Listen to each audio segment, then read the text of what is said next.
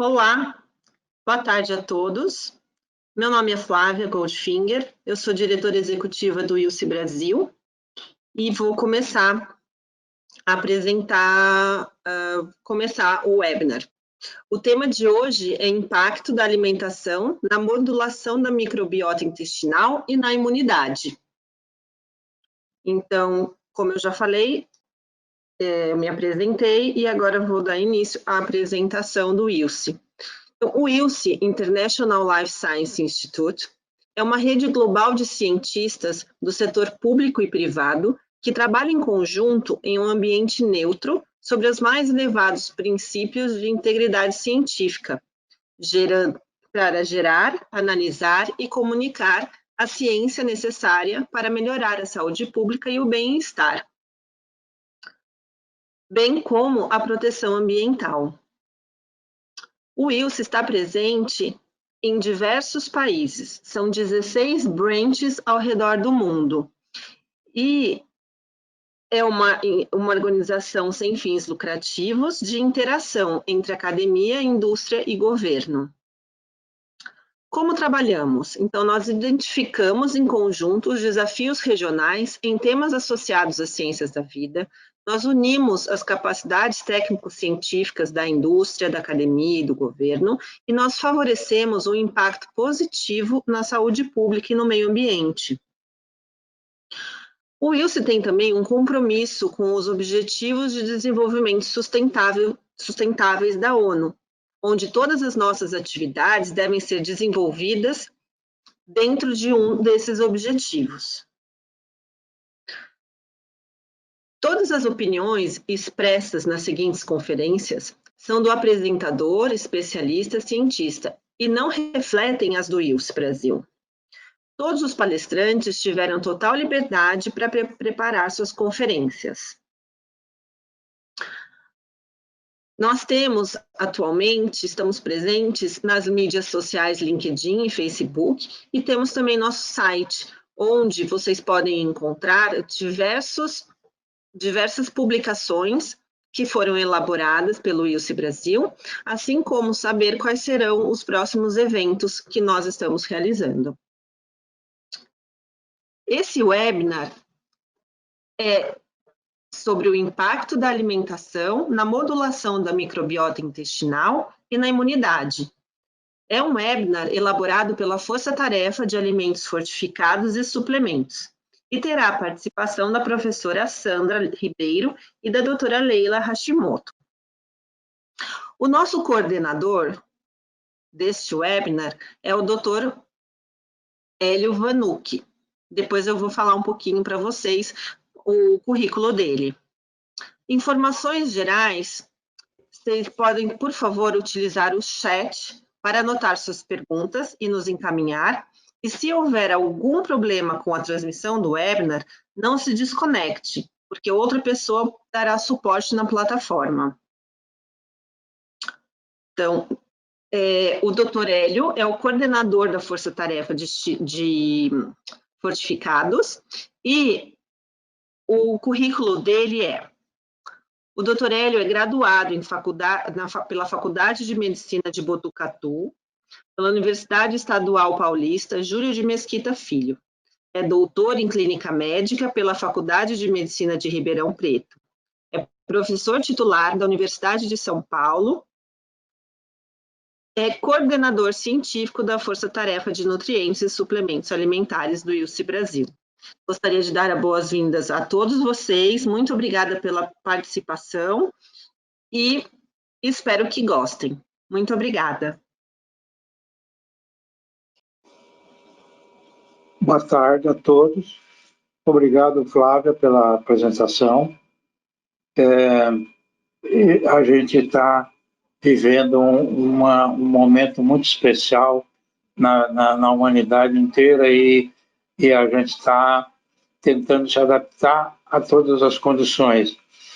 E o ILSE está tentando fazer isso e seguindo o seu objetivo, que é disseminar o conhecimento científico de qualidade, e essa é a missão. e agora nós estamos inaugurando a forma digital. Né? O Wilson tem feito isso com uma frequência relativamente alta. Ontem teve uma, hoje e depois amanhã vai ter mais uma. Então é uma frequência muito boa de sessões científicas disseminando conhecimento para que a gente possa aprofundar temas e conhecimentos sobre determinados assuntos que foram escolhidos. O nosso assunto foi escolhido pela Força Tarefa, que achou muito conveniente que a gente falasse um pouco mais sobre a microbiota, que é um ponto de muito interesse atualmente em vários setores da nutrição e da fisiologia e da fisiopatologia humana. Então, nós temos muito que falar, muito que ouvir em relação a esse tema e, com certeza, muito a aprender ainda. Então, nós vamos seguir nesse raciocínio. Eu queria agradecer muito a participação das duas professoras, e que nós vamos tomar o tempo delas por um período, e depois 25 minutos cada uma delas, e depois nós vamos abrir para questões que eu acho que sempre enriquece muito o conhecimento, e trocando experiências via online, como nós estamos. Bom, a primeira delas, pela sequência, então, é a professora Sandra Maria Lima Ribeiro. Ela é nutricionista, mestre em Ciência dos Alimentos pela USP e também doutora pela Nutrição Humana Aplicada, e é livre-docente em Nutrição e Envelhecimento. Fez um estágio de pós-doutorado no Human Nutrition Research Center, onde eu fiz também há alguns anos atrás, não vou falar quanto. Mas ela fez o Nutrition Research Center on Aging, né, que é Boston, Massachusetts, nos Estados Unidos. Atuou como professora visitante na divisão de geriatria do St. Louis University, nos Estados Unidos. É docente nos cursos de graduação em nutrição e gerontologia da Universidade de São Paulo e dos programas de pós-graduação de gerontologia e nutrição em saúde pública, USP. Então, nós vamos ter 25 minutos e depois nós vamos ouvir a doutora Leila Hashimoto. Está certo o seu nome? Não sei se está certo. É nutricionista formada pela Universidade de São Paulo, é doutora em Ciências pela Faculdade de Ciências Farmacêuticas da USP, com ênfase em nutrição e microbioma humano. Portanto, uma pessoa mais do que recomendada para discorrer sobre o assunto. Então, nós vamos ter a oportunidade de ouvir 50 minutos de conhecimentos relacionados com a microbioma humano. Então, eu vou passar, então, a palavra à professora Sandra para a apresentação dela.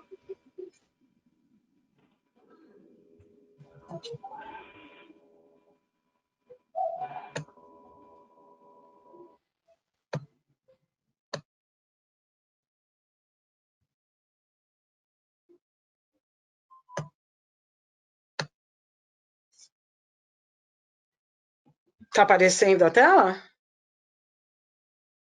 Tá, sim. Tá, posso começar então? Pode começar, por favor. Bom, então, primeiramente, boa tarde, né, a todos, todos que estão assistindo esse webinar. Queria aproveitar e agradecer, né, ao Wilson, na pessoa da Flávia e do Dr. Hélio, para poder conversar um pouco com vocês sobre esse assunto, né? Então, na minha apresentação, a gente vai falar um pouquinho sobre as funções da microbiota que são relacionadas à saúde. Não tenho nenhum conflito a declarar com empresa privada, minha única fonte de financiamento são os órgãos de fomento à pesquisa e as bolsas, né, FAPESP, CAPES e CNPq. Um breve sumário aqui do que vai ser a minha apresentação. Ops! Só um minuto. Pronto, voltou, né? Então, a gente vai fazer uma descrição da microbiota intestinal e a sua colonização. Eu só estou com um problema aqui com Só um minutinho, peraí.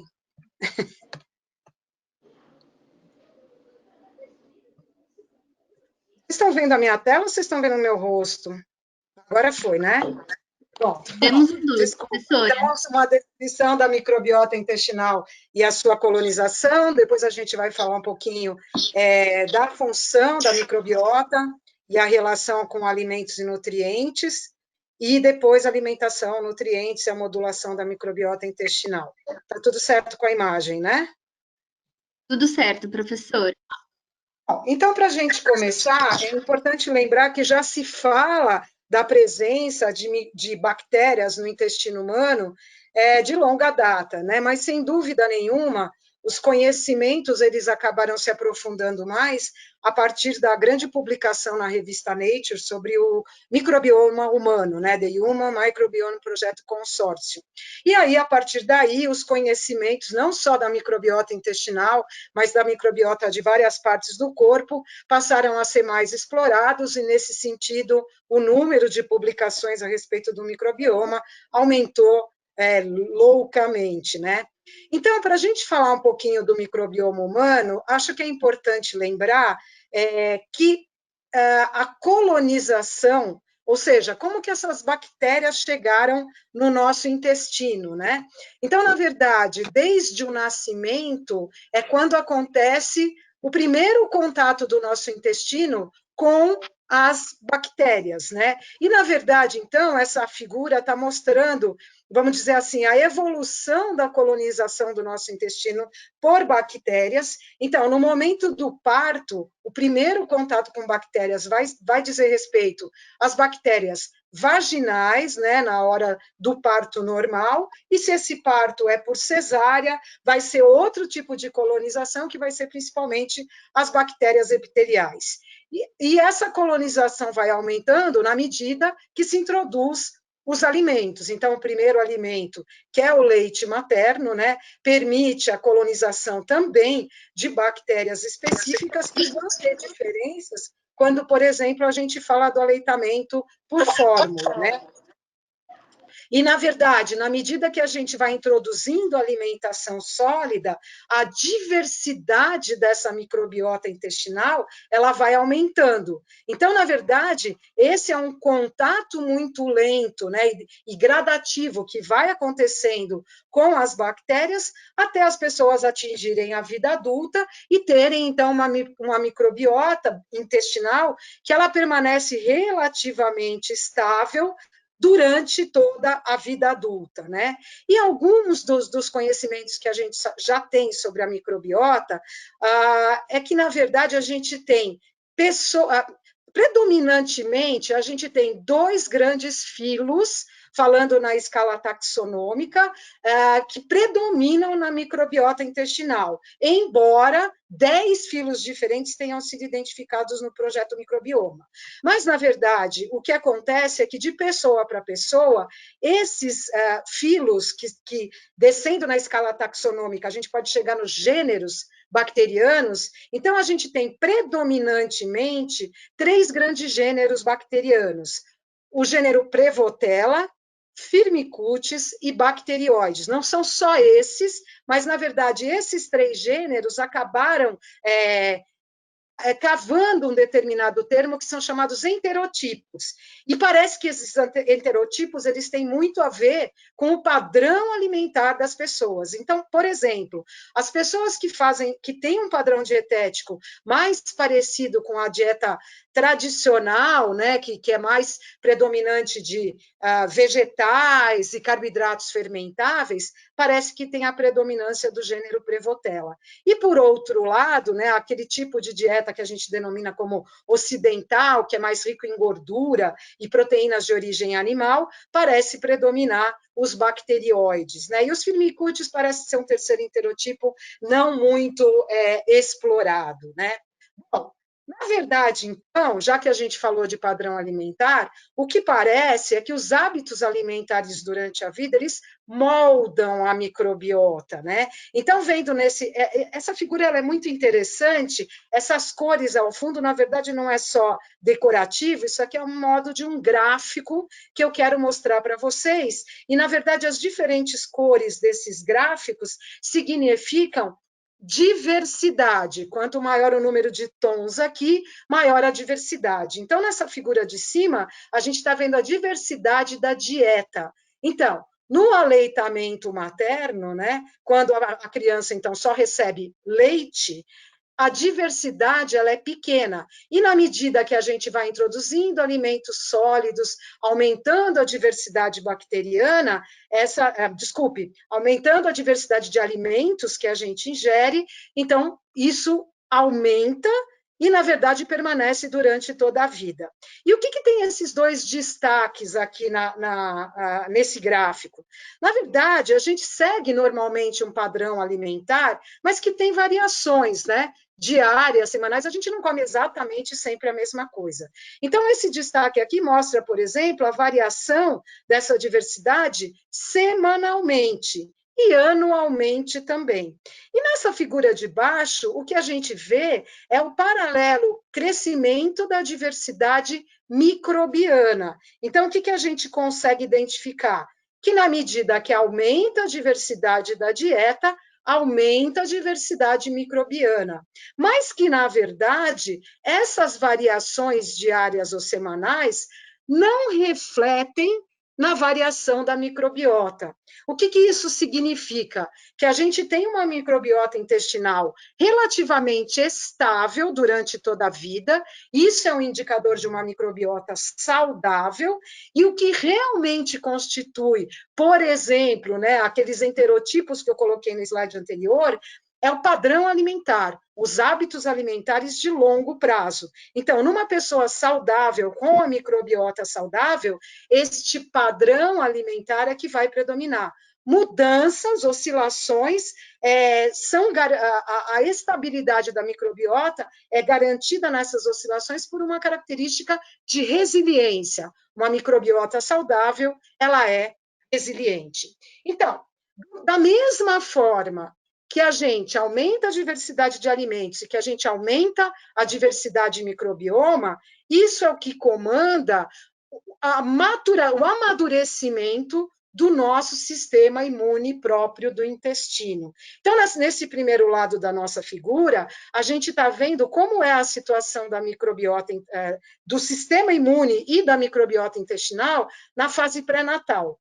Então, na verdade, nessa fase, vai haver o recrutamento das chamadas células indutoras de tecido linfóide, e que permite, então, o desenvolvimento prévio de alguns componentes do tecido linfóide secundário, né? Então, a gente tem já em desenvolvimento, né, os linfonodos mesentéricos, as placas de Petri e as chamadas criptoplacas, mas ainda muito pouco atuante em termos de sistema imunológico.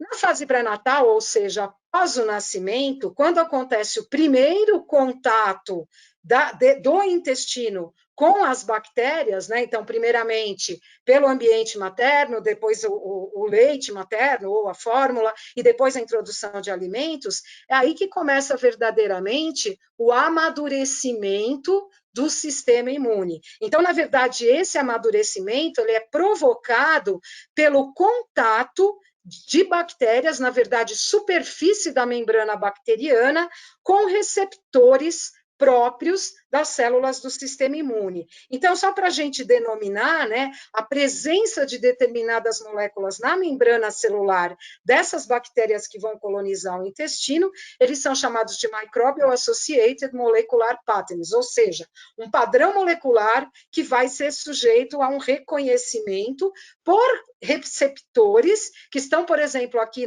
a primeiro contato aqui, as células M, que vão fazer ligação tanto com os folículos nódulos linfóides isolados, que é o amadurecimento da criptoplaca, como das placas de Petri e dos linfonodos mesentéricos. Então, existe o reconhecimento desse padrão por receptores de padrão, e os mais comuns no sistema imune do intestino são os chamados Toll-like receptors, que a gente vai falar de TLR.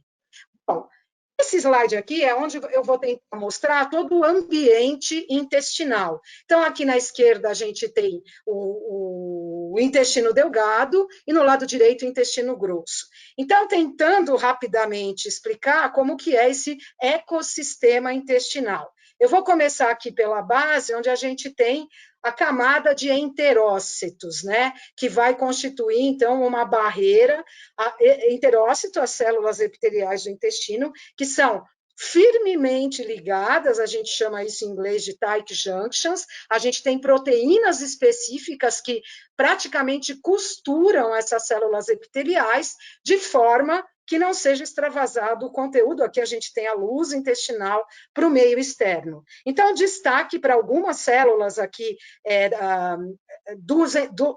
células que são diferenciações dos enterócitos, que são as células de Punnett, que na verdade tem a função principal de produzir peptídeos antimicrobianos. A gente tem as células de Globet, que, na verdade, produzem um muco, né, que é composto por uma glicoproteína, as mais predominantes são as mucinas, e aqui embaixo do epitélio a gente tem a chamada lâmina própria, e é aqui que vai se desenvolver todos os órgãos linfóides secundários e, consequentemente, as células do sistema imunológico.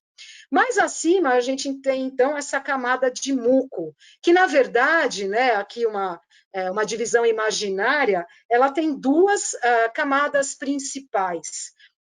Na primeira dela, essa mucina, ela é bastante densa, né? E ela acaba tendo predominante aqui células dendríticas, anticorpos e essa mucina. E é uma camada praticamente impermeável. Não é impermeável, mas ela é altamente resistente à colonização da microbiota.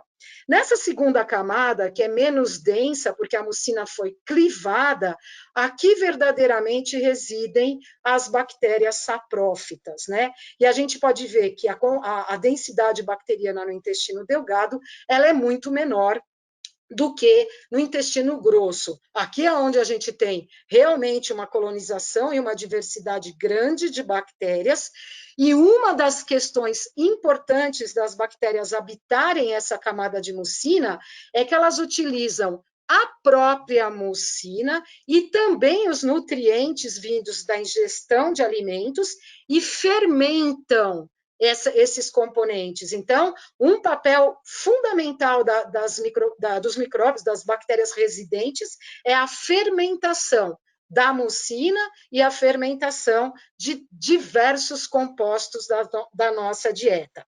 Bom, uma outra característica importante que eu queria destacar aqui é com relação às próprias células do sistema imune. Claro que essa orquestração ela é bastante complexa, mas eu vou tentar simplificar aqui para a gente poder conversar. Então, por exemplo, o contato bacteriano, né, que é feito via células dendríticas e que na verdade, chega a ser sinalizado aqui no epitélio intestinal, ele provoca, então, por aqueles padrões de reconhecimento, uma resposta dessas células do sistema imune. Então, eu vou colocar um recorte aqui, né? A gente tem aquele tipo de célula que são células indutoras de linfócitos, e uma outra célula que é a assassina natural, o natural killer, número 22, em resposta a esse contato com as bactérias saprófitas, elas produzem uma citocina, são várias, mas eu estou exemplificando com uma citocina, que é a interleucina 22, que, por sua vez, vai sinalizar um enterócito diferenciado a produzir os peptídeos antimicrobianos também. Então, vocês percebam que os enterócitos não são células homogêneas, né? Eles têm várias diferenciações com diferentes funções. E, da mesma forma, esse contato faz uma série de ações nesse sistema imune do intestino, como, por exemplo, né, lá nos linfonodos mesentéricos, né? Na verdade, eles vão provocar, essa sinalização vai provocar transformações entre células beta, células T, os linfócitos T, e levam à produção de um anticorpo fundamental que também está presente aqui na camada de muco, que é a IgA, né, uma imunoglobulina de grande presença no ambiente intestinal. Muito bem, então, se o nosso webinar aqui é com relação ao papel da alimentação, então eu falei em fermentação, e do pouco que ainda se sabe sobre o estudo da microbiota intestinal, o que a gente mais conhece é a fermentação de carboidratos não digeríveis. Então, esse processo, que é um dos mais conhecidos na microbiota intestinal, a fermentação por essas bactérias dos carboidratos não digeríveis, eles vão ter... eu saí de novo da tela, gente, desculpa. Eles vão ter como resposta a produção de, principalmente, ácidos graxos de cadeia curta. Os mais conhecidos, acetato, propionato e butirato. E esses produtos da fermentação bacteriana têm um papel, vários papéis metabólicos e imunológicos, que eu vou mostrar aqui alguns para vocês. Então, por exemplo, nas células epiteliais, né, eles são capazes de modular o metabolismo da glicose, provocando neoglicogênese, mas o butirato, principalmente, ele é capaz de atravessar as células epiteliais, alcançar o sistema nervoso central e, a partir daí, modular mecanismos de fome e apetite. Então, com esse processo, eu queria lembrar para vocês um outro direcionamento que tem sido feito com o estudo da microbiota, que é o chamado eixo intestino-cérebro. Então, o que acontece no intestino sinaliza o sistema nervoso central. Outro tipo de célula que está presente entre o epitélio intestinal são células que produzem hormônios, células endócrinas. E essas células, então, a presença desses metabólitos da fermentação, principalmente o butirato, estimula essas células interendócrinas a produzirem hormônios chamados hormônios gastrointestinais, principalmente o glucagon-like 1 e o peptídeo Y, que também vão ter ação fora do intestino, principalmente no pâncreas, modulando a produção de insulina, no fígado, modulando a produção de lipoproteínas, e no tecido adiposo, né, modulando o metabolismo do tecido como um todo. Esses produtos de fermentação também vão estimular terminações nervosas, na verdade, vão ser importantes nesse eixo intestino-cérebro e, portanto, eles vão colaborar com a movimentação ali, né, com a ativação do chamado sistema límbico, que tem mecanismos tanto relacionados ao humor quanto ao controle da ingestão de alimentos. E, finalmente, nas células do sistema imune, todos aqueles processos de transformação de células do sistema imune, estímulo à produção de mucina e de peptídeos antimicrobianos, são também proporcionados pelos produtos da fermentação bacteriana. Só que, na verdade, esse universo da fermentação bacteriana, a gente praticamente ainda conhece a ponta do iceberg. Por exemplo, um outro nutriente que a gente ainda conhece muito pouco e que sofre digestão e fermentação microbiana são as proteínas da dieta. Então, todo mundo sabe que a digestão das proteínas da dieta origina aminoácidos e peptídeos, que vão sofrer a ação da microbiota. Só que a gente não tem um aminoácido só, a gente tem pelo menos 20 aminoácidos diferentes e diferentes combinações que vão formar os peptídeos, que vão originar diferentes subprodutos, dos quais a gente ainda sabe muito pouco, mas a gente já sabe que alguns desses subprodutos têm ação benéfica no metabolismo e outros têm ação prejudicial. E eu vou dar 2 exemplos. A produção, por exemplo, de neurotransmissores a partir dos aminoácidos. A gente sabe que 90%, por exemplo, da serotonina do nosso corpo é produzida no intestino e que vai ter, portanto, no cérebro efeitos sobre humor, e também sobre a ingestão de alimentos. Por outro lado, subprodutos de fermentação de aminoácidos aromáticos podem produzir compostos, por exemplo, o pecresol, que vai ter uma ação tóxica no fígado.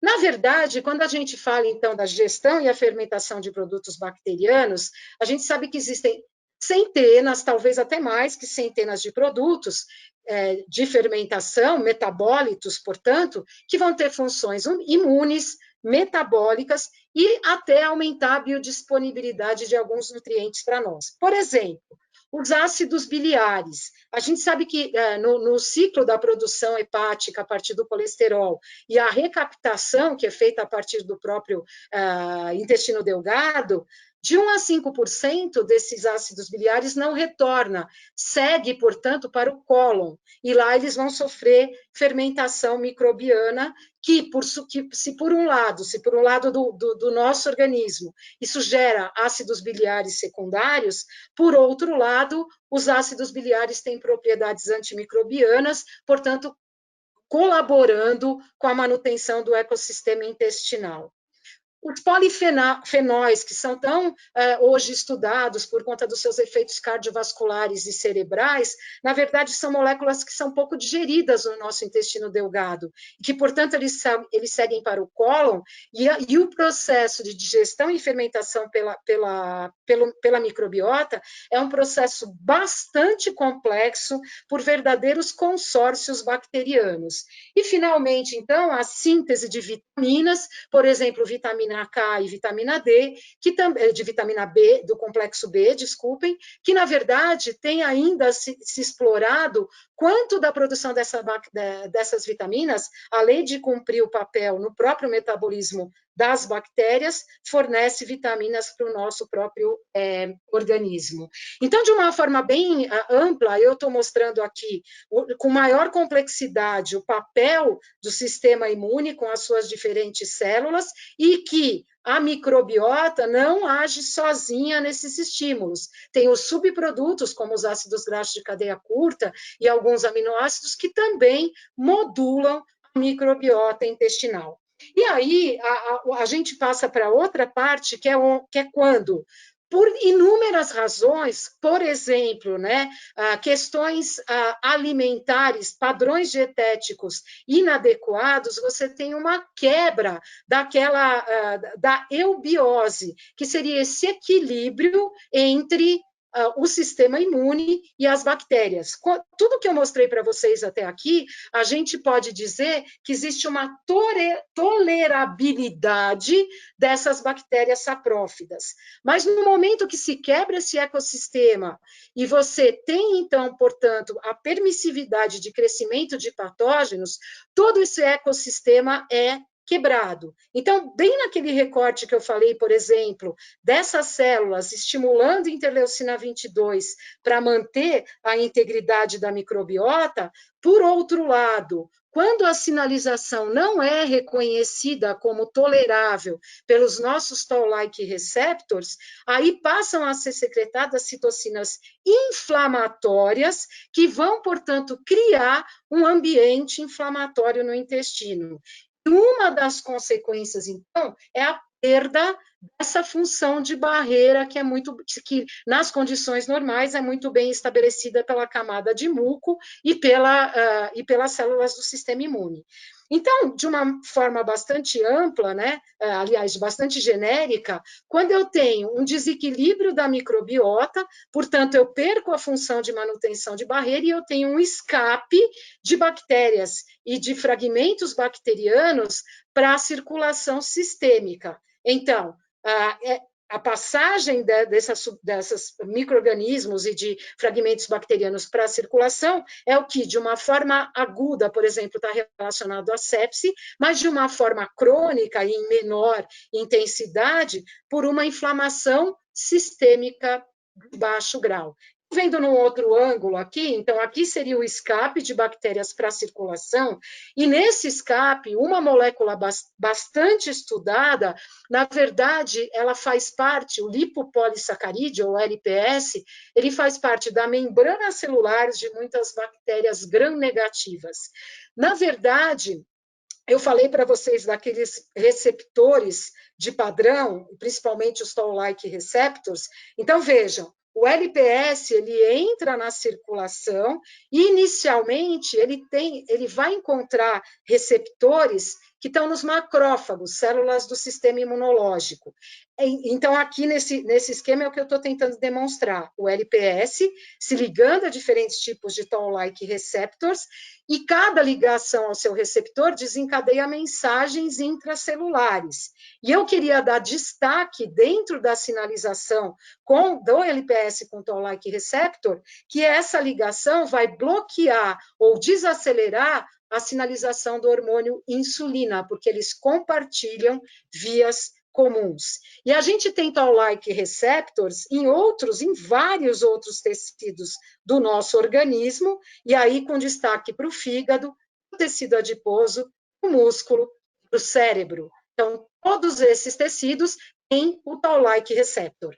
Então, na verdade, eu queria aqui caminhar pela explicação com o tecido adiposo, né? Então, essa endotoxemia, que é a presença do LPS na circulação, com a ligação no macrófago via Toll-like receptor, ela significa a inflamação do tecido adiposo. Por quê? Porque o tecido adiposo ele é habitado por diferentes populações celulares do sistema imune, incluindo aí os macrófagos. Então, a gente tendo um tecido adiposo inflamado, com a presença dos macrófagos, isso desencadeia uma série de reações, diminuição de adipocitocinas, que são citocinas especialmente secretadas pelo tecido adiposo, então eu reduzo as adipocitocinas que controlariam a inflamação e aumento as citocinas que estão relacionadas ao aumento do processo inflamatório. Com isso, eu tenho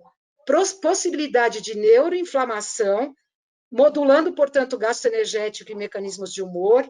Eu tenho inflamação no pâncreas, que significa alterações da liberação de insulina. No tecido muscular, eu aumento a resistência insulínica e, portanto, a síntese proteica. No endotélio vascular, eu diminuo processos antioxidantes, que são modulados pela insulina. E no fígado, eu tenho alteração do mecanismo de produção de lipoproteínas, esteatose hepática como consequência e aumento da resistência insulínica no tecido geral. A gente tem que lembrar também que esse processo de resistência à insulina, que está relacionado, então, com o impedimento, aliás, com a ligação dos receptores Toll-like, na verdade, a insulina também é fundamental para a síntese de proteínas. Então, na verdade, por exemplo, a síntese proteica muscular, ela está diminuída e pode, no longo prazo, acarretar perda de massa muscular e sarcopenia. Então, eu já estou caminhando para o meu final, eu sei que eu já estou estourando o meu tempo, mas a questão é, como é que a gente modula a microbiota intestinal? Então, a gente tem estratégias nutricionais, e eu tentei mostrar aqui durante a minha apresentação a importância da alimentação na modulação da microbiota, mas a gente sabe hoje, por exemplo, que o exercício físico também tem um importante papel aí, e a gente tem outras estratégias que não cabem nessa conversa, que é, por exemplo, o transplante de microbiota. Com relação à alimentação, eu acho que fica claro para todo mundo que eu tentei separar aqui no meu slide. Então, padrões alimentares saudáveis e padrões alimentares relacionados a processos antigênicos para a microbiota. O que a gente sabe até agora? Quanto mais variada for a dieta e rica, então, em carboidratos fermentáveis, maior a diversidade da microbiota.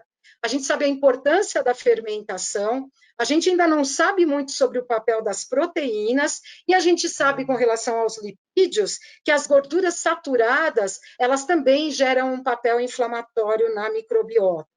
A gente sabe muito pouco, mas é importante saber, pensando aí nos alimentos ultraprocessados, como que esses componentes, que são aditivos alimentares, podem funcionar como antígenos, né?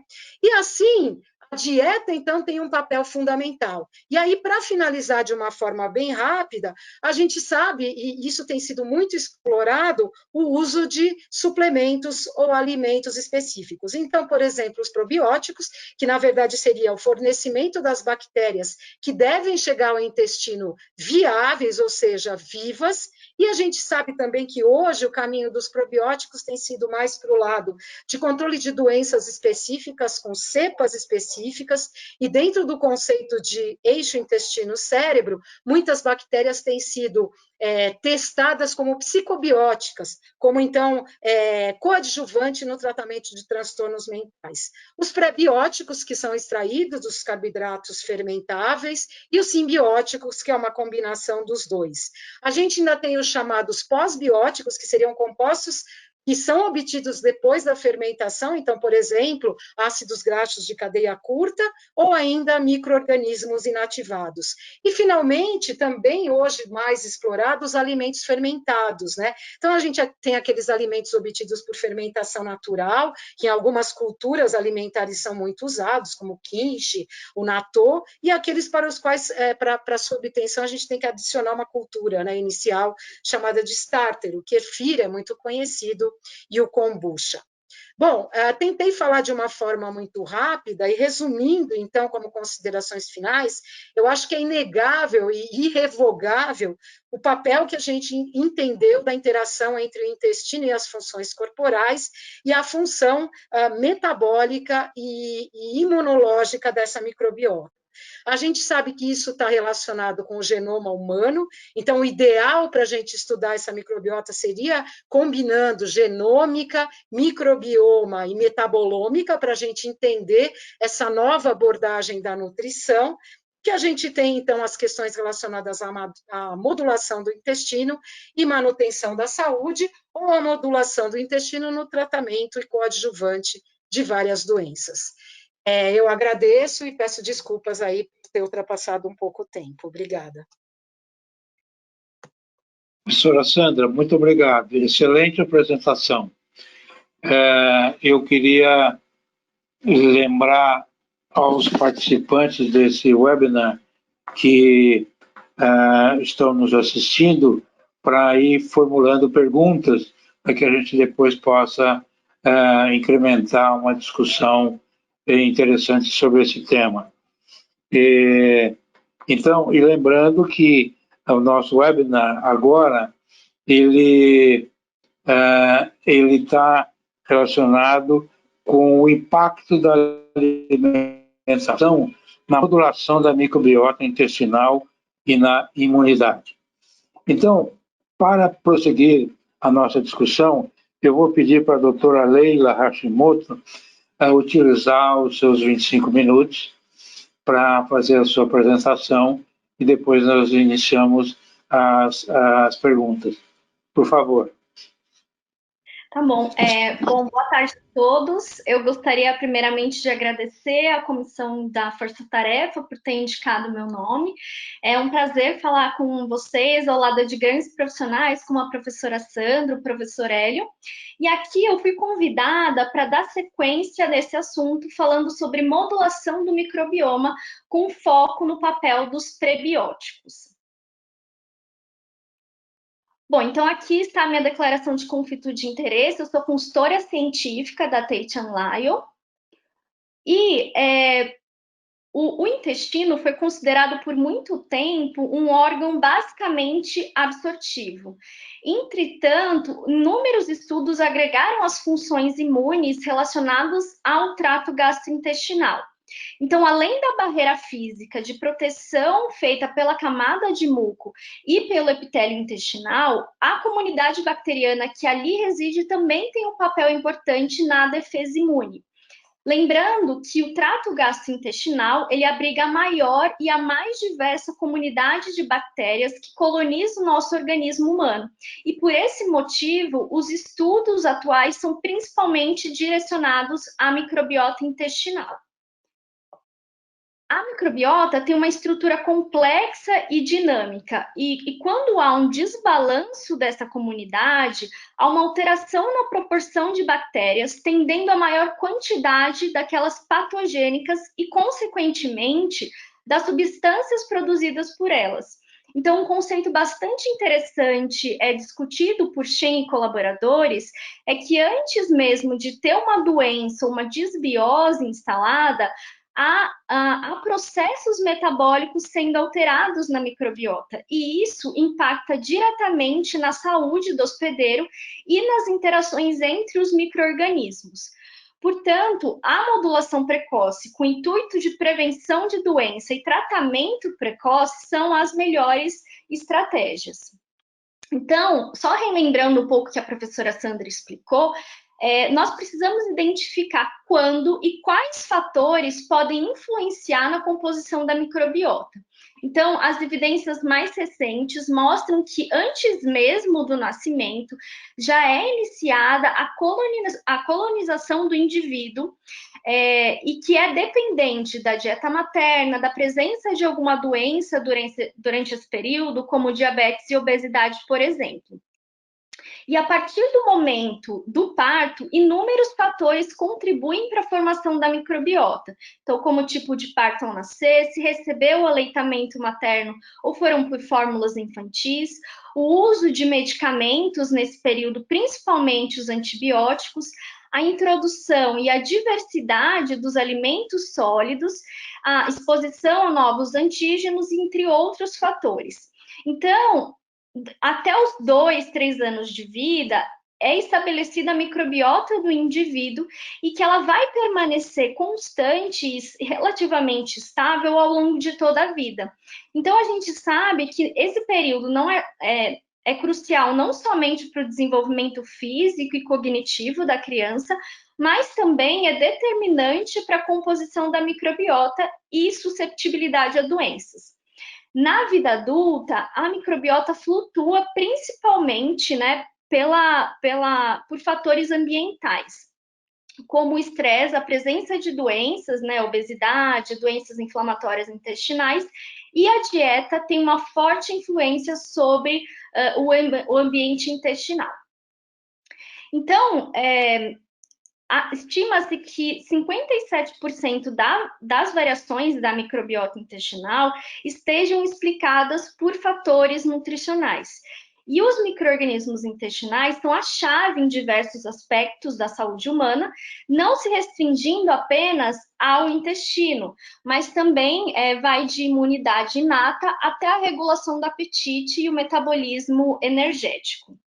Então, diferentes estratégias nutricionais vêm sendo investigadas com o objetivo de modular a composição da microbiota. E nesta apresentação de hoje, nós vamos conversar mais sobre o papel das fibras prebióticas, que são um dos nutrientes mais estudados nesse contexto, mas outros componentes dietéticos também podem alterar a homeostase da microbiota. Então, se são proteínas de origem animal ou origem vegetal, eles terão impactos diferentes nas bactérias. Os estudos com ômega 3 e lipídios saturados também já mostraram modificar essa comunidade de micro-organismos. Os pró e simbióticos têm fortes evidências de modulação da microbiota, e mais recentemente, o estudo dos polifenóis e micronutrientes também mostraram efeitos nessas bactérias. Então, as fibras são definidas como carboidratos de origem vegetal não digeríveis pelas nossas enzimas digestivas e não absorvíveis no intestino delgado, e assim apresentam efeitos fisiológicos positivos para a saúde humana. A recomendação de fibras é de 25 gramas por dia, né, segundo a Organização Mundial da Saúde. Entretanto, os estudos com a população brasileira já mostraram que o consumo médio é de apenas 16 gramas, tendo então um gap de aproximadamente 10 gramas que precisariam ser inseridos na dieta. De acordo com essa análise feita por Sardinha e colaboradores da POF dos anos de 2008 e 2009, os alimentos que mais contribuíram para o aporte de fibras foram feijão, pães, frutas, legumes e verduras. E a gente sabe que as leguminosas, os vegetais, são importantes fontes de fibras, só que eles aparecem com baixa contribuição porque eles não são consumidos na quantidade adequada pela população. E aqui, os pães aparecem em destaque nessa lista porque eles são alimentos de grande consumo pela população brasileira. Lembrando, então, que as versões integrais e enriquecidas com fibras são as melhores opções para o aumento do aporte de fibras. As fibras, então, podem ter funções diversas, né, como retardo da absorção de nutrientes, promoção da saciedade e várias outras, mas hoje aqui eu vou focar na sua ação prebiótica, né? Então, as fibras têm diferentes formas de classificação, uma delas é relacionada à sua fermentabilidade. Então, segundo a definição mais recente de Gibson e colaboradores em 2017, os prebióticos são componentes alimentares não digeríveis e que são seletivamente utilizados por micro-organismos do hospedeiro, conferindo benefício à saúde. Então, os principais efeitos dessas fibras são a modulação da composição de bactérias de forma benéfica, a produção de metabólitos por essas bactérias, como os ácidos graxos de cadeia curta, e, consequentemente, a preservação da função barreira intestinal. E aqui alguns exemplos, né, das fibras prebióticas são o amido e a maltodextrina resistente, também chamada de fibra solúvel de milho, a pectina, beta-glicano e frutanos como inulina e fruto-oligosacarídeos. Os alimentos que apresentam maior quantidade dessas fibras são chicória, alho, banana, principalmente a verde, alcachofra, batata yacon e os alimentos enriquecidos por essas fibras. Então, aqui só explicando por cima e mais rapidamente o metabolismo dos ácidos graxos de cadeia curta, quando as fibras prebióticas chegam no intestino grosso, elas são fermentadas por determinadas bactérias, produzindo gases e ácidos graxos de cadeia curta, especialmente butirato, acetato e propionato. E esses metabólitos têm efeito no próprio ambiente intestinal, então preservam a barreira intestinal por fornecer energia a essas células, influenciam na expressão de genes relacionados às tight, por exemplo, e também podem atuar sistemicamente como fonte de energia para células do músculo, células do fígado, aumento do gasto energético e da sensibilidade à insulina nesses órgãos. No tecido adiposo, há uma redução no acúmulo de gordura e aumento da leptina, né, que é um hormônio relacionado à saciedade. E o butirato e o propionato também têm efeitos na modulação do sistema imune. Então, esses ácidos graxos melhoram a produção de muco pelas células Goblet, também participam na redução das citocinas pró-inflamatórias e aumento daquelas anti-inflamatórias, reduzindo, portanto, a inflamação colônica e melhorando essa função barreira. Então, a disbiose causada por diversos fatores ambientais, como a dieta ocidental, leva a danos à barreira intestinal, com o afrouxamento dessas tight junctions, né?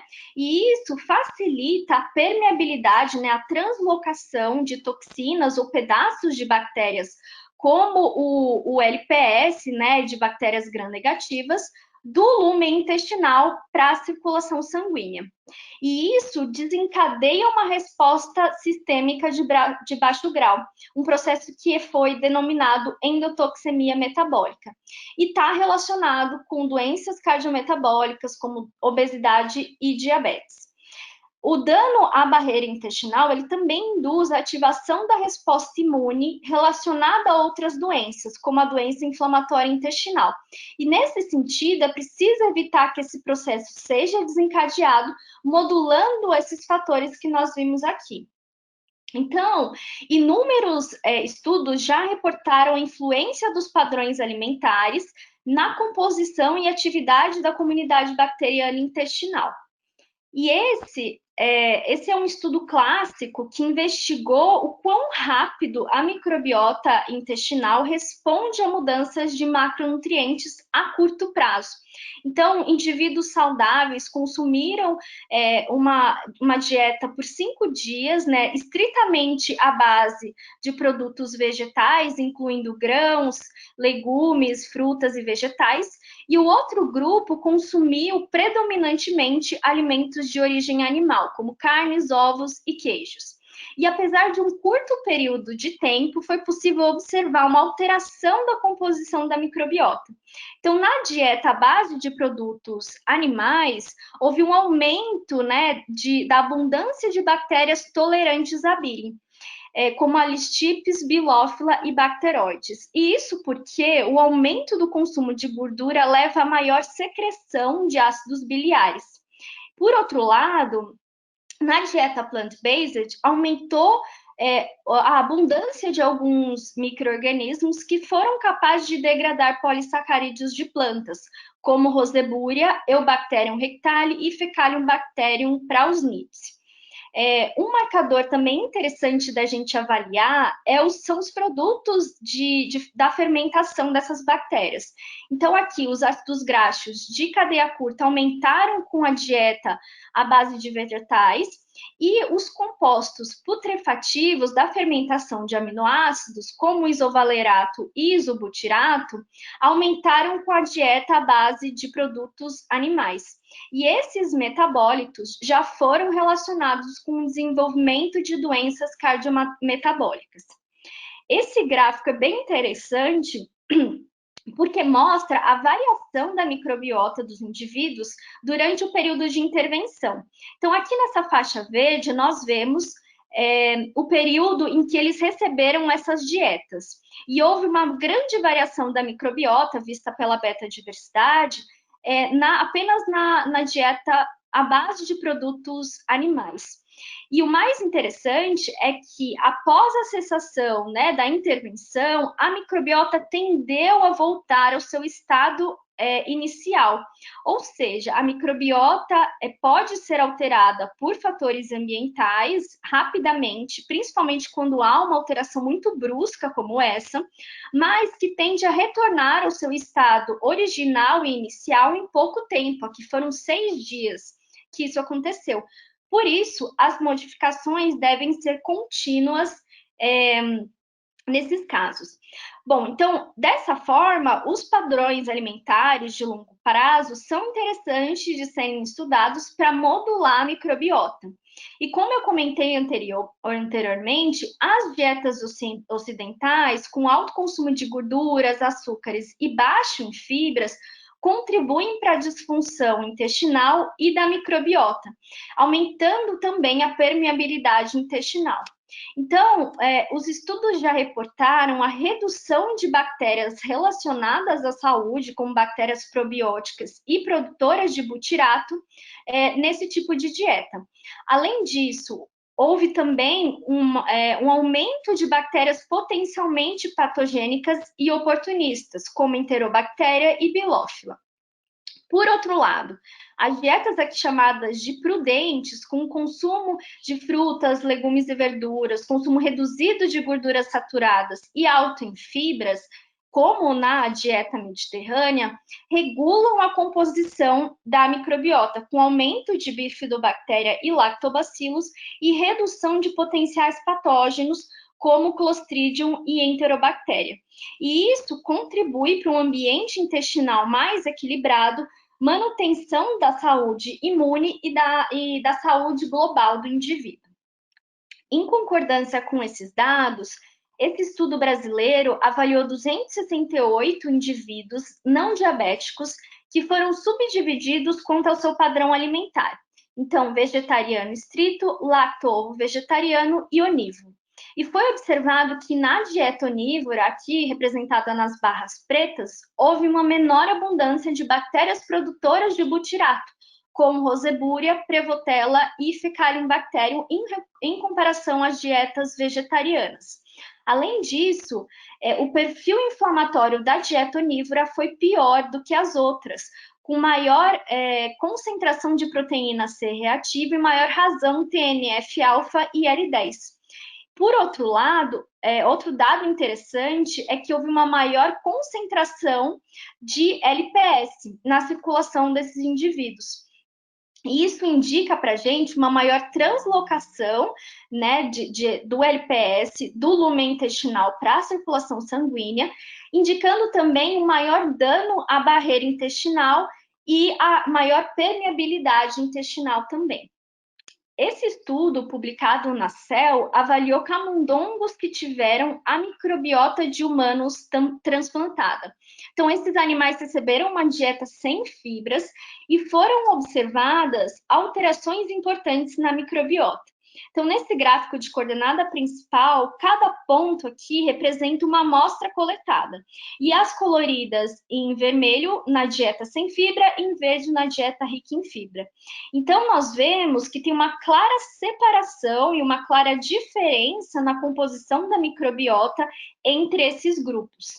E, além disso, na ausência de fibras na dieta, espécies que são capazes de degradar polissacarídeos da mucosa do hospedeiro, como a Quermansia mucinífera e Bacteroides sec, aumentaram em abundância, enquanto que a prevalência de espécies degradadoras de fibras, como Eubacterium rectale e Bacteroides ovatus, foram reduzidas. Em seguida, os pesquisadores observaram que a espessura da camada de muco do cólon na dieta rica em fibras foi 5 vezes maior do que na outra dieta pobre em fibras, como a gente vê nessa primeira sequência. Na sequência de baixo, nós vemos também uma redução de mucina 2, aqui coloridas em verde, que é uma proteína formadora de gel de muco.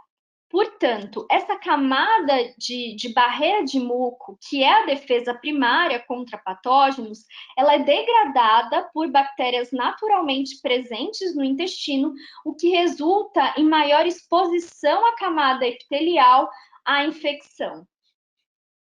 Por fim, como a camada de muco atua como função barreira contra os micro-organismos, tanto comensais quanto patogênicos, os pesquisadores testaram a suscetibilidade ao modelo de infecção por Citrobacter rodente.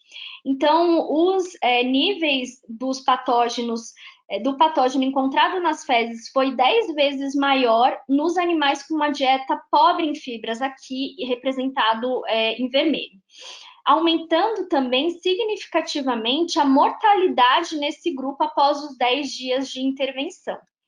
E, além disso, a dieta rica em fibras, também, que é representada em verde, preservou a camada de muco após a infecção. Então, há um número também crescente de estudos avaliando as fibras alimentares isoladamente, né, para os efeitos à saúde e também como potenciais aplicações no mercado como estratégia para aumento do consumo de fibras. Então, nesse estudo, Matuís e colaboradores estudaram 5 tipos de fibras, utilizando um modelo in vitro de simulação dinâmica da função intestinal com adição da microbiota intestinal. Isso significa que eles simularam as características de pH, temperatura, para serem ajustadas com o ambiente intestinal de humanos. Então, as fibras avaliadas foram amido resistente 75 e 60, fibra solúvel de milho, o pululã, que é um polissacarídeo solúvel em água produzido por um fungo, e a fibra solúvel de dextrina.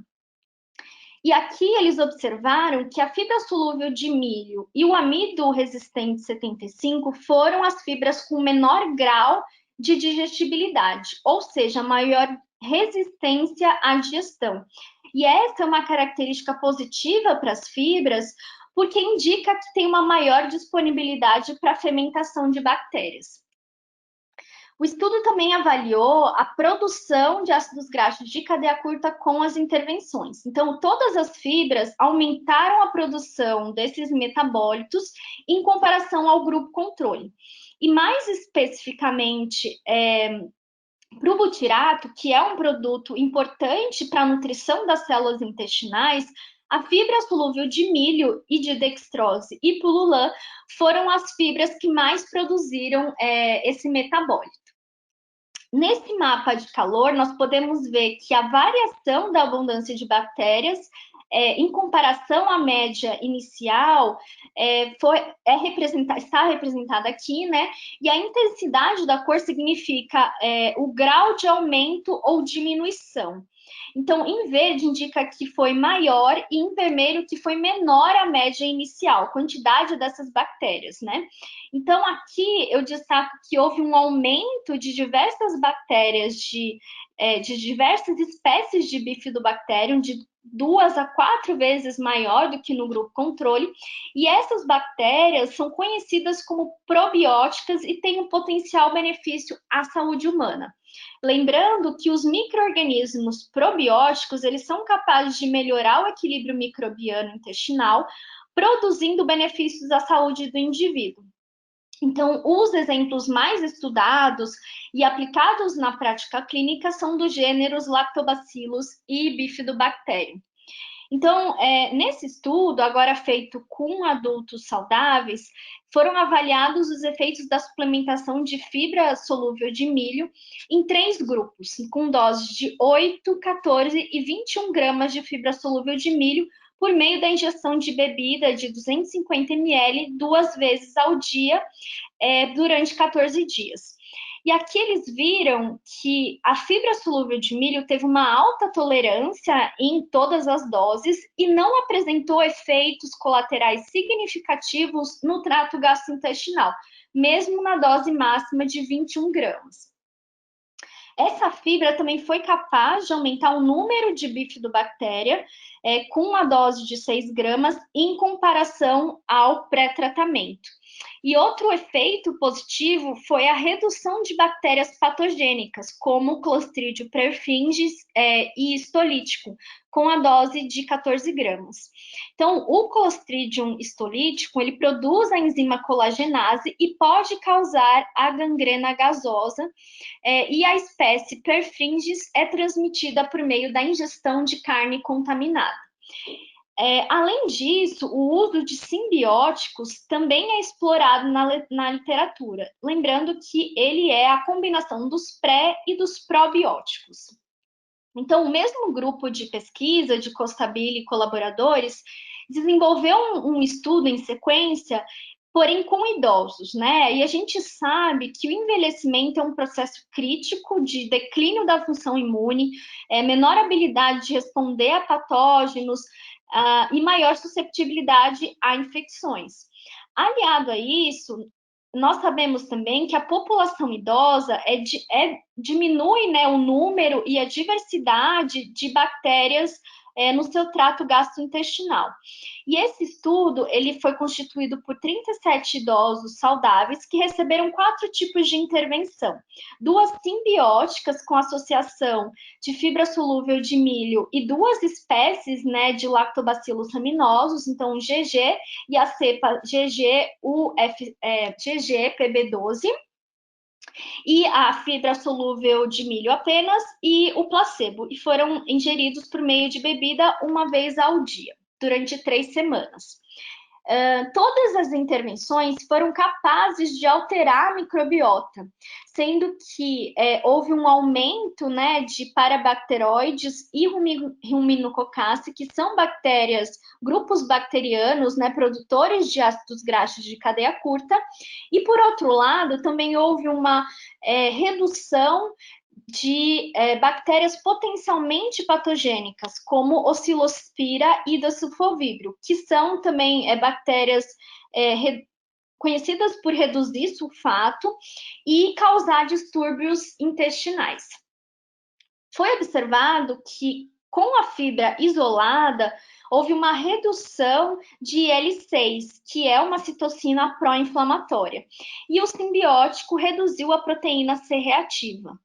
Quando essa população foi dividida segundo a sua faixa etária, os indivíduos mais idosos tiveram uma tendência de aumento da atividade de células natural killer com o consumo do simbiótico em comparação ao início do tratamento. Então, como nós vimos nessa apresentação, existem vários mecanismos pelos quais as fibras prebióticas podem ter impacto na saúde imunológica, seja pela produção de ácidos graxos de cadeia curta, resultantes da fermentação de fibras, modulação da composição da microbiota com aumento daquelas comensais e benéficas e redução de potenciais patógenos. Também são capazes de preservar a barreira intestinal pelo aumento da camada de muco no intestino, pelo fortalecimento das tight junctions. Também pode ter uma modulação direta à resposta imune no intestino. E ainda a gente sabe que existem outros mecanismos que estão sendo estudados para fortalecer ainda mais a relação entre fibra prebiótica e o benefício imune. Então, nós vimos que a dieta é um dos principais moduladores da microbiota e da saúde imune. As fibras naturalmente presentes ou adicionadas em alimentos podem beneficiar a saúde intestinal, a integridade da barreira intestinal e a composição da microbiota. As fibras prebióticas têm diversos mecanismos que podem ter essa relação com o sistema imune. Lembrando que mais mecanismos estão sendo descobertos, né, estão sendo estudados nesse momento, e os dados que eu apresentei até agora são preliminares, mas mostram um potencial efeito das fibras prebióticas na saúde imune. Mas ainda precisamos de mais estudos intervencionais com amostras maiores, né, para elucidar os efeitos na saúde humana. Eu fico disponível agora para perguntas. Muito obrigada.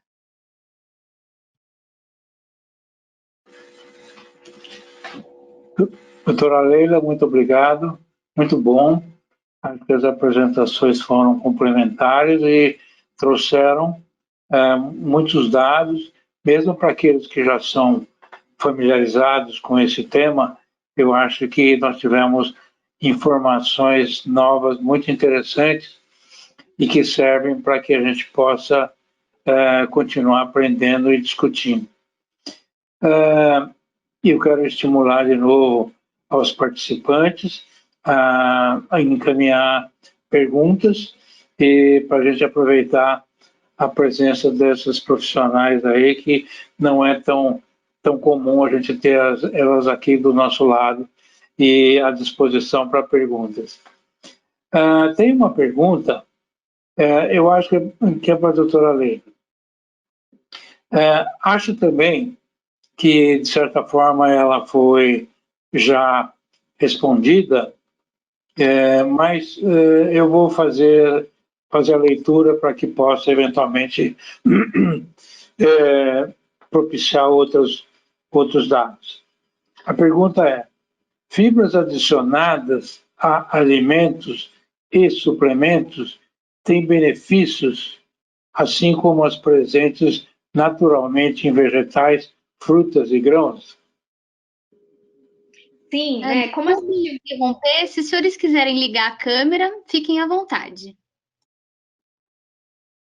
Desligar ou ligar? Desculpa. Ligar.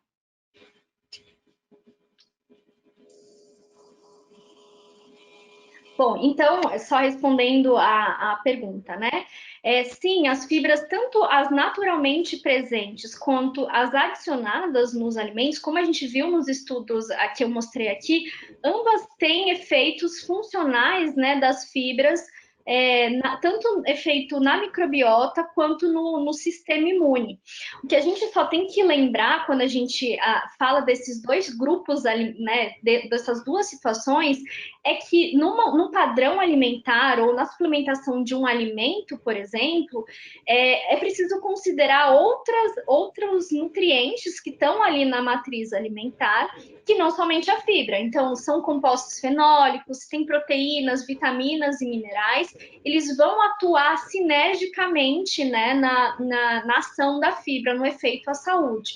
Nas fibras isoladas, enriquecidas em alimentos ou suplementos, é possível ver um efeito mais direto. Mas, como eu disse, as duas têm efeitos, sim, muito similares na microbiota, na saúde imune, por exemplo.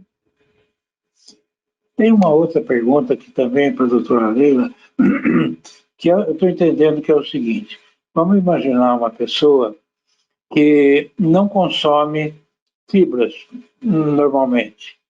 Então, e aí ela de repente faz uma opção por suplementos de fibras. E a pessoa quer saber o seguinte: isso pode levar a sintomas de intolerância?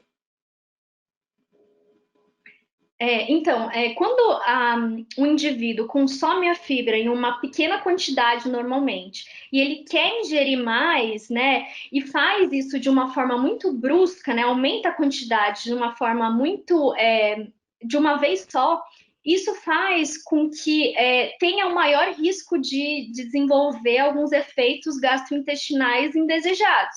Então, seja flatulência, diarreia, né, desconforto abdominal. Então, nesses casos, o ideal seria a introdução de uma forma mais gradual desse nutriente, né? Sempre acompanhado, lógico, por um profissional, por um nutricionista. Lembrando que existem, né, pessoas que são mais sensíveis do que outras, então é preciso que seja feito de uma forma mais monitorada. E também existem alguns tipos de fibras que têm maior ou menor tolerância, né? Como eu falei bastante da fibra solúvel de milho, é uma fibra que é bastante estudada na literatura e tem uma alta tolerância. Ela chega até a ter uma tolerância de 2 vezes mais que a inulina, por exemplo. Então, nós sabemos que esses fatores precisam ser agregados, né? Sempre lembrando que é preciso monitorar a tolerância do indivíduo, né? Sempre fazer de forma muito individualizada. Não sei se eu respondi. Eu acho que sim. Tem uma curiosidade aqui, professora Sandra, a sua menção a respeito de transplante. E a pergunta sempre, claro que acho que isso sempre traz curiosidade, porque tem uma certa, um componente aí de estranho. Se o indivíduo for submetido por uma razão qualquer, essa nova flora vai ser mantida? Por quanto tempo? Ela é duradoura? Ou, como disse a professora Leila, tem uma tendência a voltar à situação anterior em curto prazo? Como é que funciona? Bom, se a pergunta é especificamente com relação ao transplante de microbiota, eu não sei se eu tenho condições de responder exatamente quanto à duração, porque, na verdade, é um mecanismo mais, digamos, não sei se eu posso usar o termo invasivo, né? Que significa isolar toda a microbiota de uma pessoa que eventualmente não tem aquela doença ou aquele transtorno inicial e injetar mesmo na microbiota, né? O que eu acho sobre o transplante da microbiota é que os estudos ainda são bastante preliminares e sujeitos a muita crítica, né? Existe muito medo em torno do que a gente está implantando. Por exemplo, quando se fala em transplante de microbiota, né, que é bastante explorado em modelos não humanos, né? Então tem um experimento, eu não vou lembrar agora o nome do primeiro autor, que na verdade ele desenvolveu modelos não humanos de esquizofrenia, né? E aí essa microbiota desse camundongo com esquizofrenia foi transplantado por um camundongo sem a doença. E que, na verdade, o que aconteceu foi que esse camundongo acabou desenvolvendo os sintomas da doença, né? Então, eu acho que toda essa questão, assim, da gente ainda não saber tudo que diz respeito à microbiota, eu acho que tem que colocar muito alerta sobre esse tipo de procedimento, né? Mas, de uma forma geral, e acredito que o transplante de microbiota também esteja envolvido nessa questão, é que a nossa microbiota, ela é determinada pelas intervenções, né? Então, por exemplo, falando de padrões alimentares, né? Tanto eu quanto a professora Leila, a gente demonstrou, né, que, na verdade, alterações, elas têm um efeito transitório e depois tende a voltar ao normal, e, na verdade, claro que a dieta, no caso, ela é um importante fator que modula a microbiota, mas, assim, lá no começo da minha palestra, eu, inclusive, mostrei aquela hipótese que não é aceita por todos os autores, mas que se fala de enterotipo, né? Que, na verdade, por que algumas pessoas, além do padrão alimentar, por que algumas pessoas desenvolvem determinados padrões de microbiota que vão um pouco além de... Porque o que a gente mais discute é aquilo que é chamado da microbiota central, a core microbiota, né? Mas, na verdade, a gente tem outros filos, outros gêneros bacterianos que são as diferenças entre uma pessoa e outra, né?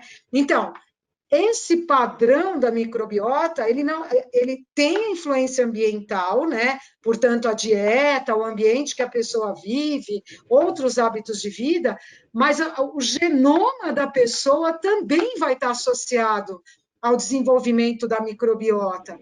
E eu me pergunto, mas, de novo, eu estou explorando aqui essa resposta, porque eu não estudo o transplante de microbiota, eu me pergunto se, quando você faz o transplante de microbiota, ela consegue se estabelecer de tal maneira que sobreponha uma característica que é genética do organismo, porque é uma simbiose, né? A microbiota com o genoma da pessoa. Por isso que até no final da minha palestra eu falei que o ideal era a gente analisar simultaneamente genômica, microbioma e metabolômica, né, para a gente ver a capacidade de produzirem os metabólitos. Eu não sei se eu respondi, provavelmente não, né, mas são intervenções na microbiota que até hoje não foi provada qual a melhor intervenção que tenha uma durabilidade, digamos assim, maior.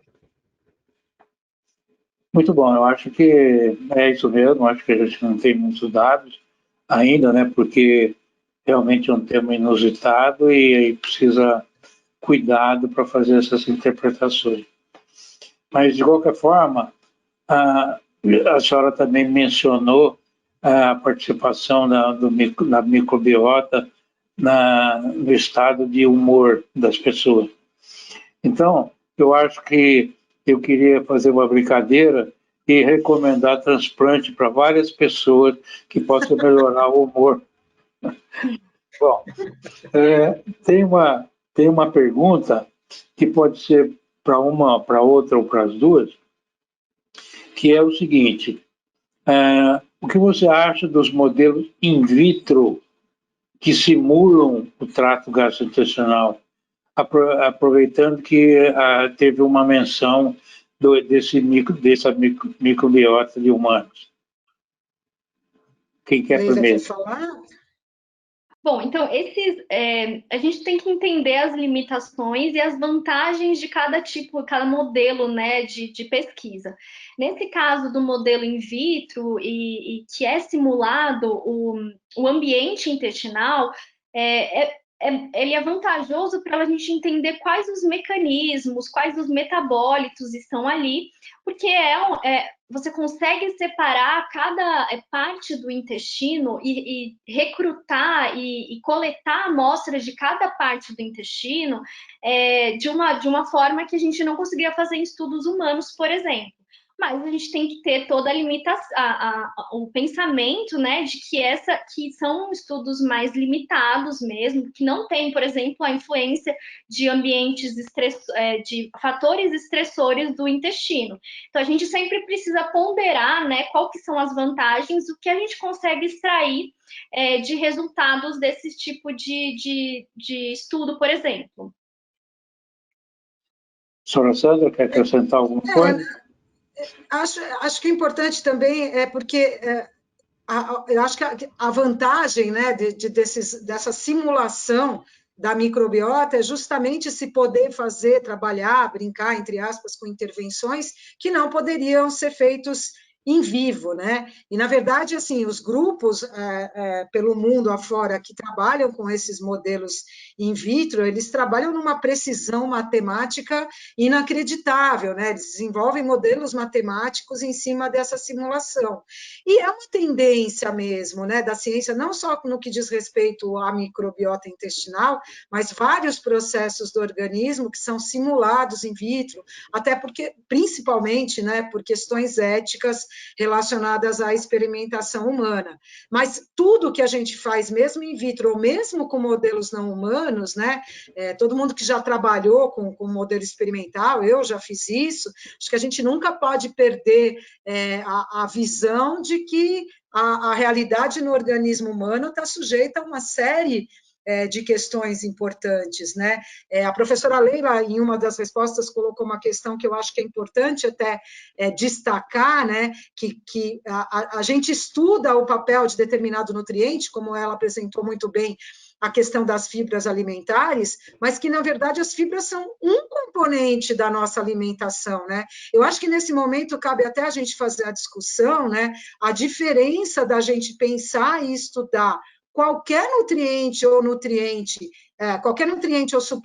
suplemento isoladamente, e depois, quando você coloca esse suplemento no verdadeiro network, que é a somatória com os componentes da dieta. Então, por exemplo, mesmo com relação às fibras alimentares, provavelmente a inclusão de fibra em alimentos que são, por exemplo, que é o caso do próprio alimento rico em fibra, que são os vegetais, frutas, verduras, etc. Então, esses próprios carboidratos fermentáveis, eles estão presentes junto nesses alimentos com inúmeros fitoquímicos, os flavonoides, por exemplo, né? Que melhoram, inclusive, o metabolismo bacteriano. Então, provavelmente, a gente deve ter ações sinergísticas aí na dieta como um todo, né? Então, claro que o caminho inicial, em vez de pensar em suplementar ou acrescentar fibra em componentes alimentares, é a gente pensar primeiro em reforçar a ingestão dietética de fibra. Aqui no Brasil, a gente tem milhares de fontes alimentares diferentes, né? Para depois tentar entender como que a inclusão de determinados suplementos pode manter a microbiota por longo tempo ou não. É empolgante o assunto, eu acabo indo além da pergunta. Pois é. Nós estamos indo para os finalmente, porque já me informaram que nós temos pouco tempo, mas assim, antes de fazer uma rodada para falar exatamente o que vocês quiserem deixar como mensagem, existem várias perguntas aqui, mas acho que não vai dar tempo. Mas, assim, é claro que o microbioma ou a microbiota tem, como vocês mostraram, muito a ver com o que nós ingerimos como alimento. Agora, quando você tem alterações fisiopatológicas, vamos ver a patogênese, mesmo que sejam pequenas modificações fisiológicas a nível esofágico, gástrico, hepático, biliar, pancreático, como que isso interfere no cômputo geral, no espectro geral da microbiota? Se tem algum estudo já mostrando essas coisas. Leila, quer começar? Bom, então, assim, já existem diversos estudos falando, por exemplo, do eixo intestino-cérebro, eixo intestino-pulmão agora, que está muito em evidência, né, com o Covid-19. eixo intestino-fígado. Então, a gente sabe que o intestino, na verdade, ele está agindo ali como uma função central com todas as outras. A gente não pode mais pensar, por exemplo, que o intestino é um órgão isolado, que os outros órgãos são isolados, né? A gente tem conexões muito interessantes e muito fortes que acabam dando até mais complexidade a esses órgãos, né? E a microbiota, a gente viu inúmeros estudos que tem um papel muito importante quando a gente faz essa rede de conexões. Então, é um desafio também para quem estuda microbiota, porque a gente sabe que estudando uma parte do mecanismo, né, a gente não consegue estudar o organismo como um todo, mas estudando uma parte, a gente sabe que existem outras interações ali que a gente não consegue incluir no nosso estudo, por exemplo, de 4 anos num doutorado. Mas a gente sempre tem que ponderar, né, colocar como até uma forma de instigar as pessoas a procurar também outras formas, né, outras ligações que a gente vê com a microbiota. Então, a gente tem que pensar realmente nessa complexidade como um todo. Ok. Professora Sandra, eu vou te dar poucos minutos, por favor. Vou tentar falar em... Não, na verdade, eu acho que... Nosso tempo está acabando.